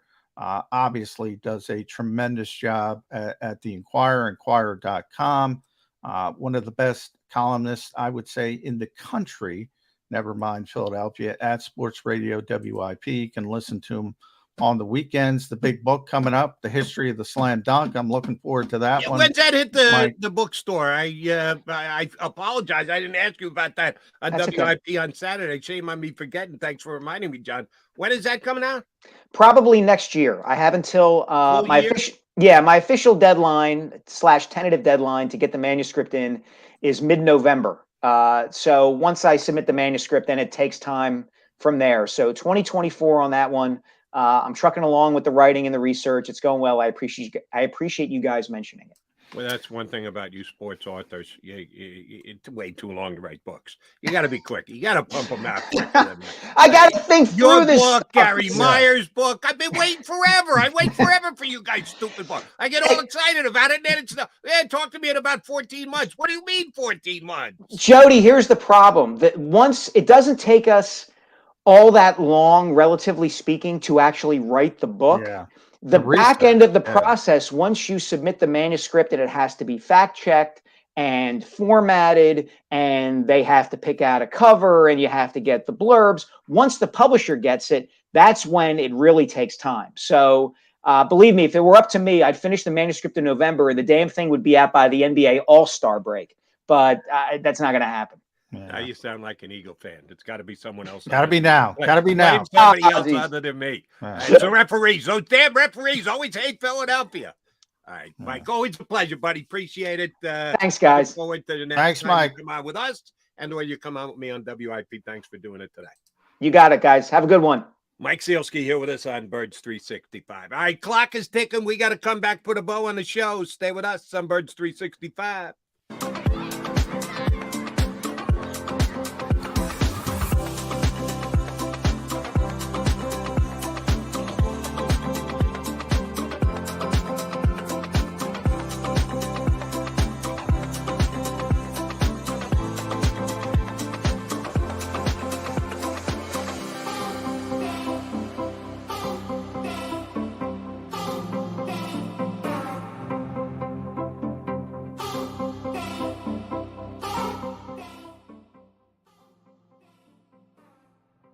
Heading down the shore.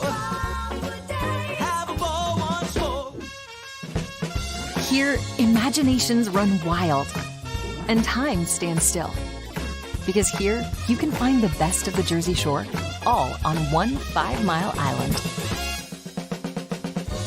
So leave the old you behind and get lost in the woods. Wild, wild, wild wood days.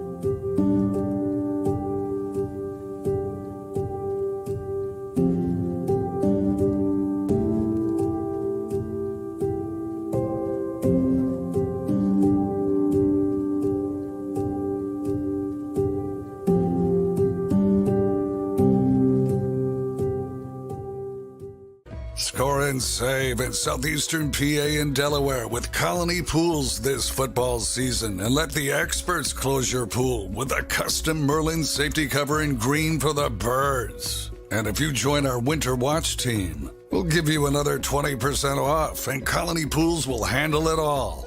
Keep your tiles on your pool, not in your pool. Fly with Colony right now, birds fans. Visit flywithcolony.com. Hi everybody, my name's Jason Lombardi. I'm an inspector at DryTech. At DryTech we offer 3 major services, the first one being basement waterproofing. The second service we offer is foundation and structural repairs. And then the third service that we offer is mold remediation. If you feel you are having a waterproofing issue, give DryTech a call or check us out online.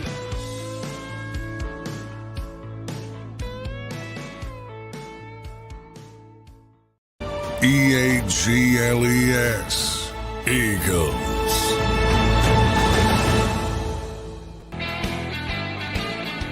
You got your Mac and Mac guys wrapping up a Tuesday.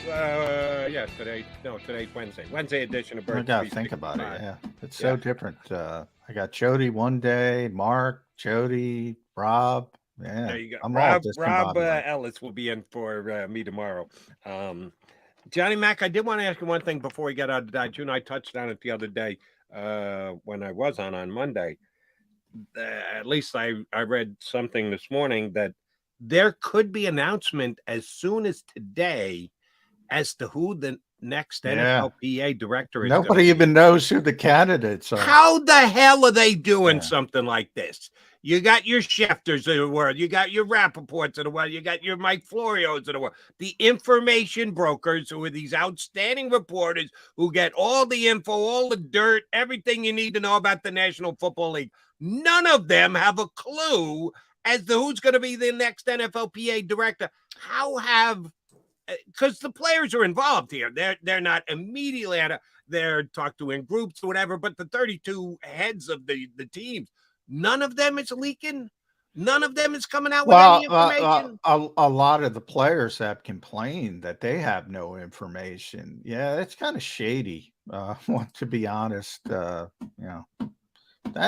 not the best, especially when you compare it. The baseball union is probably the most powerful and successful and has been over the years.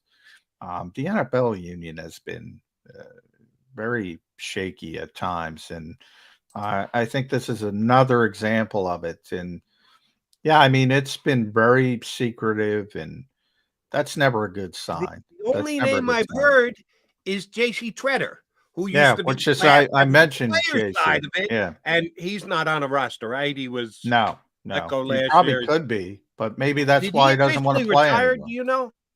I don't believe so. If he I didn't see anything on that.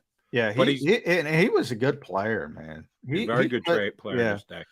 But and that became an issue. Like, why wasn't he having a job? He's only 32 years old, and a lot of teams don't want the rabble rouser, so to speak, in the lot. So that was an issue as well. Yeah, he might be involved, but anytime you have something so secretive, that's not a good sign. And I meant to mention this earlier, but Ryan Mallett passing away, man. Oof, 35 years old, drowned in Florida. They've been having a bunch of riptide issues down there. So people down there, be careful, but that's a shame. That is a shame. He was like a third or fourth round pick. Third round pick. Yeah. I thought he was going to be a stud in the NFL. Oh, he was one of the top recruits. He was one of the top recruits in the entire. He was like 2 or 3 in the entire country when he went to Michigan, and eventually transferred to Arkansas. You know what? He got caught up in the shift from traditional pocket passer to the more movement-based that we see today, the RPO based quarterback. I mean, if he lived in 1975, he would have been a superstar. Big arm, just huge guy. Terrific arm, but he couldn't move. He couldn't move, and the league shifted. I thought he was going to be a franchise quarterback, even drafted in the 3rd round, and just never materialized for him. I think your read on the shifting tide of the league, that's probably not a good choice of words, was his undoing. But hey, that's just god awful news, and condolences to his family and or friends who happen to be Birds 365 streamers. All right, J-Mac, like I said, tomorrow you get Rob Ellison with you. I got to be holding Joe DeCameron's hand again tomorrow morning. So I will be back with you on Friday. Have a good show tomorrow. All right, looking forward to it. You have a good show as well, Jody, and everybody down at Seattle. If you're having fun with Jason Kelsey, enjoy that. Tomorrow you get Ellis and McMullen before you get Mac and Mac back here in 2 and 2. That's days from now. You've been listening to Birds 365, the destination for the passionate Eagles football fan who bleeds green. If it's Eagles football, we're talking about it. Debate inside the locker room and guests that are some of the greatest football minds from around the region. We hope you enjoyed the show. We know we had a blast. Make sure to like, comment, and subscribe, and we'll be back soon. But in the meantime, hook up with us on social media at JAKIB Sports. See you next time on Birds 365.